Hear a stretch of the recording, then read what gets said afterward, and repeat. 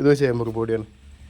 ഇതിൽ കാണുന്നത് കട്ട ഇടുമ്പോൾ റൈസ് വെച്ചാണ്ട് പൊന്തിച്ചത് നമുക്ക് അവിടെ പോലെ.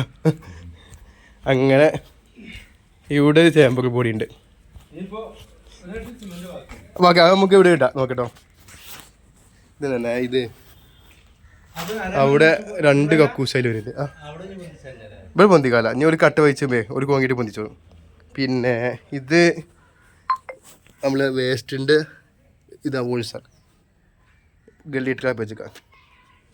അപ്പോൾ ഇങ്ങനെ വെച്ചു. അപ്പോൾ ഇങ്ങനെയാണ് ഇതിൻ്റെ പ്ലംബിങ്. ഞാൻ ഇപ്പോൾ ചെയ്യേണ്ട എല്ലാ പ്ലംബിങ്ങും ഇങ്ങനെ നല്ല ഡീസൻ്റായ പ്ലംബിങ് ചെയ്യാം. അപ്പോൾ ഇവിടെ ഉണ്ടായ പ്രശ്നം ഉണ്ടോ, തൊട്ടടുത്ത് പേരുണ്ട് ഏകദേശം ഇതിനേക്കാൾ ഇതേപോലെ വലുപ്പമുണ്ട്. ഇപ്പോൾ ഈ വലുപ്പത്തിൽ ആൾ വന്നിട്ട് ഒരു പ്ലംബിങ്ങുകാർ കോട്ടക്കല്ലാതുകൊണ്ട് അവിടെ വൈയിട്ടിക്കാണ് ചെയ്ത് മൊത്തം. ഒരു ചേമ്പർ പൊടി വെച്ചിട്ടില്ല, ഒരു മെനു വെച്ചിട്ടില്ല, വേസ്റ്റിന് ഒക്കെ വൈയാണ്. അപ്പോൾ അവർ പാരി വെച്ച് പോയി.